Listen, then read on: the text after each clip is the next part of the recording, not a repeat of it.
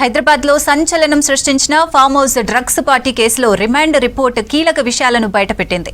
Drugs పార్టీతో పాటు కాల్పులు కూడా చేశారని తెలిపారు పోలీసులు.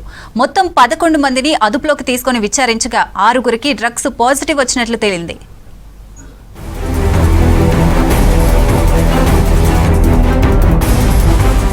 హైదరాబాద్ లోని ఓ ఫామ్ హౌస్ లో వీకెండ్ డ్రగ్ పార్టీ నిర్వహిస్తున్నట్లు పోలీసులు గుర్తించారు. స్విమ్మింగ్ పూల్ దగ్గర మద్యం డ్రగ్స్ తో పార్టీ జరుగుతుండగా పోలీసులు దాడి చేశారు.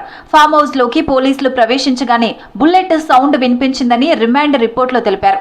తాము పోలీసులమని, కాల్పులు జరపవద్దని హెచ్చరించిన 2 సార్లు కాల్పులు జరిగిందన్నారు. తమను భయపెట్టి తప్పించుకోవాలని కాల్పులు జరిపినట్లు నమిత్ శర్మ ఒప్పుకున్నాడని తెలిపారు పోలీసులు.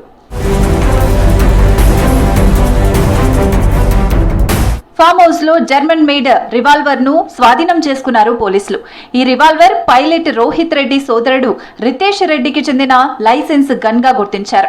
ఈ తనిఖీల్లో మొత్తం 11 మందిని అదుపులోకి తీసుకుని డ్రగ్ టెస్టులు నిర్వహించారు. మొదట కొందరికి పాజిటివ్ రావడంతో ఎర్రగడ్డ హాస్పిటల్లో మళ్లీ పరీక్షలు నిర్వహించారు. రెండోసారి చేసిన పరీక్షల్లో ఎంపీ పుట్టా మహేష్ కుమార్ తో పాటు 6గురికి డ్రగ్ పాజిటివ్ వచ్చిందని తెలిపారు పోలీసులు. కౌశిక్ రవి అనే వ్యక్తి సిమ్లా ట్రిప్ కు వెళ్లినప్పుడు కొకైన్ తీసుకువచ్చినట్లు విచారణలో ఒప్పుకున్నాడని తెలిపారు పోలీసులు. 1 గ్రాముకు 15,000 రూపాయలు చెల్లించి డ్రగ్ కొనుగోలు చేసినట్లు తెలిపాడన్నారు.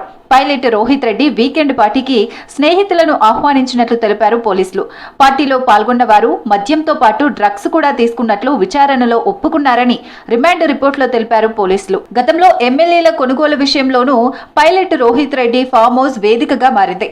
ఇప్పుడు డ్రగ్స్ కేసు ఘటనపై కూడా ముమ్మర దర్యాప్తు చేస్తున్నారు పోలీసులు.